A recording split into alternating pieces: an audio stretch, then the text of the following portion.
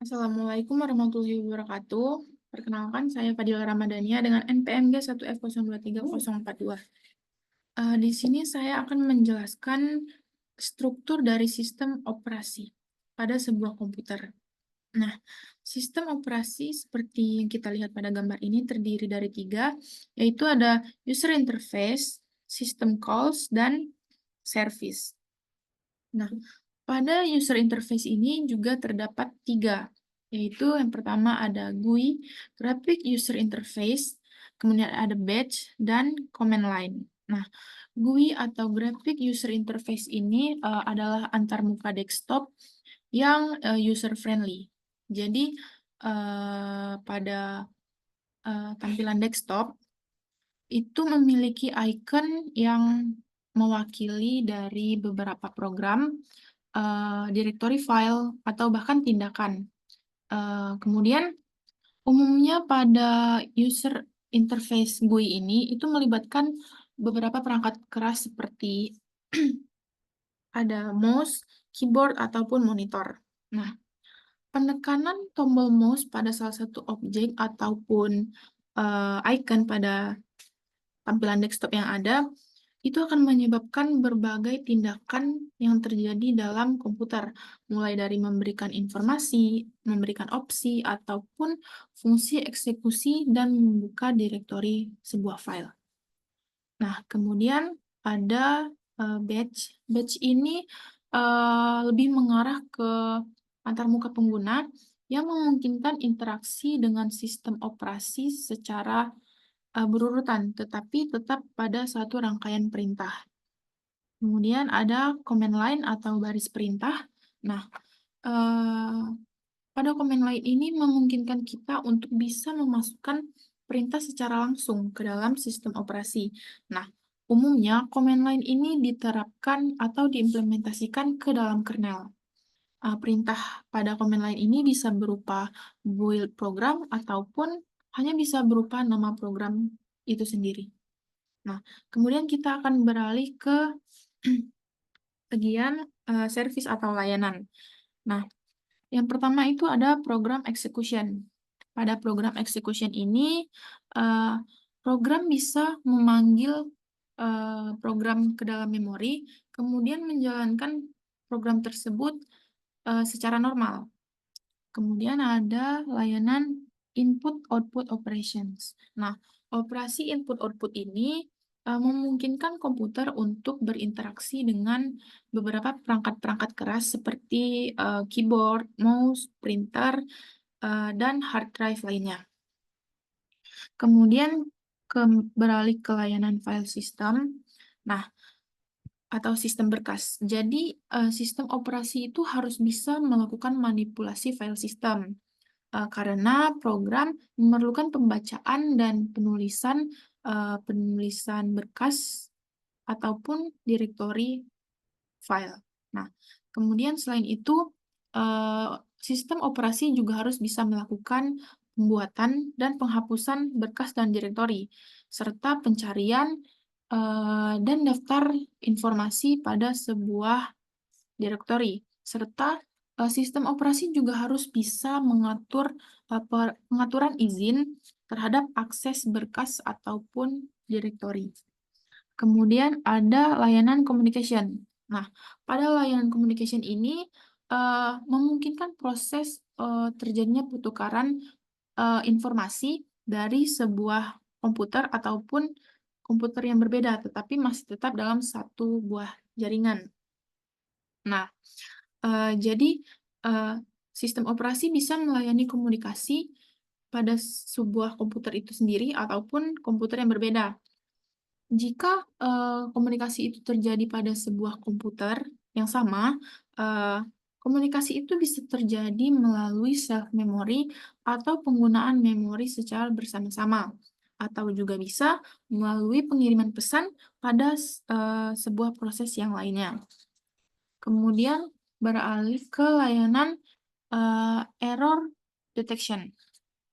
Jadi, pada layanan error detection ini, sistem operasi harus bisa menyadari kesalahan atau error yang terjadi pada sebuah komputer. yang mungkin bisa terjadi pada CPU, memori, atau perangkat I/O, ataupun program yang sedang berjalan pada sebuah komputer tersebut. Misalnya pada program aplikasi. Setiap kesalahan yang berbeda, sistem operasi itu harus bisa memberikan langkah-langkah atau aksi yang sesuai dengan error yang sedang terjadi pada komputer tersebut. Nah, kemudian selain error detection, jika tadi kita hanya membahas layanan yang berkaitan dengan user, maka sekarang kita akan beralih pada layanan yang berkaitan untuk memastikan efisiensi dari sistem operasi itu sendiri. Nah, yang pertama itu ada resource allocation atau alokasi sumber daya. Ketika ada beberapa pekerjaan yang dilakukan secara bersamaan, maka sumber daya harus bisa dialokasikan ke setiap program yang sedang berjalan.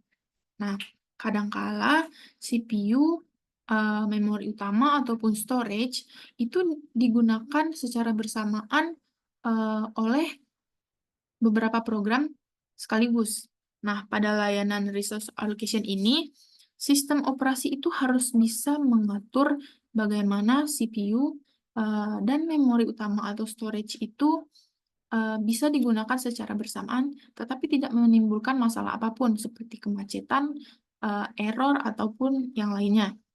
Kemudian ada layanan accounting. Layanan accounting ini untuk mengetahui berapa banyak resource yang digunakan pada sebuah aplikasi yang sedang berjalan, ataupun user yang sedang menggunakan komputer tersebut. Nah, jadi semua resource yang sedang digunakan akan tercatat, seperti berapa penggunaan memori pada sebuah program yang sedang berjalan di komputer tersebut. Kemudian ada layanan protection and security. Nah, ini adalah layanan yang berkaitan dengan keamanan sebuah komputer. Jadi, informasi yang tersimpan di komputer, khususnya pada komputer multi-user dan jaringan, layanan ini dapat dikontrol oleh pemiliknya. Kemudian, proteksi yang berkaitan dengan kepastian semua akses ke resource yang dimiliki oleh komputer ini juga dapat dikendalikan. Kemudian, keamanan ini juga berkaitan dengan bagaimana sistem itu harus memastikan user yang menggunakan komputer tersebut adalah siapa, termasuk penggunaan dari perangkat input-output eksternal, serta adanya pengaksesan sistem secara tidak sah. Kemudian, kita akan beralih ke sistem calls. Seperti yang kita lihat, sistem calls ini berada di antara user interface dan service layanan. Jadi,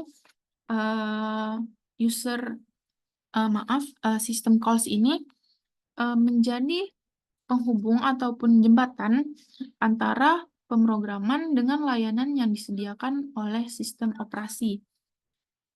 Nah, sebagian besar sistem call ini diakses oleh program API atau Applications Program Interface.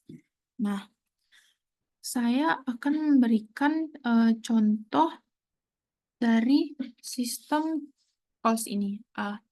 Jadi ini tuh adalah contoh sistem call yang bertujuan untuk menyalin isi dari satu file ke file yang lainnya. Maka sistem call itu akan melakukan beberapa langkah-langkah seperti yang ada pada kotak biru ini. Nah, dimulai dengan yang pertama ini mendapatkan input nama file dari file sumber. Nah, kemudian sistem akan mencetak prompt ke layar, kemudian akan menyetujui input dan diikuti dengan mendapatkan output file name untuk destination filenya. Kemudian sistem akan menuliskan kembali ke prompt layar dan menyetujui input. Setelah input disetujui, maka sistem akan membuka file input tersebut. Jika file tidak ada, maka langkah-langkah ini akan dibatalkan, tetapi jika ada, maka akan dilanjutkan. Kemudian, sistem akan membuat output file atau destination filenya, yang tentunya dalam kondisi masih kosong. Jika filenya sudah ada, maka akan dibatalkan. Kemudian, selanjutnya karena source filenya sudah diketahui di mana, dan destination filenya sudah dibuat, berikutnya adalah membaca isi dari source filenya. Kemudian, isi tersebut akan ditulis ke destination filenya. Jika sudah selesai, maka output file atau destination filenya itu akan ditutup. Kemudian, sistem akan mencetak ke layar, memberikan pesan bahwa proses itu telah dilakukan. Kemudian, proses akan dihentikan secara normal. Ini adalah contoh sederhana dari cara bekerja dari sistem calls. Nah, mungkin hanya itu yang bisa saya jelaskan. Saya ucapkan terima kasih. Wassalamualaikum warahmatullahi wabarakatuh.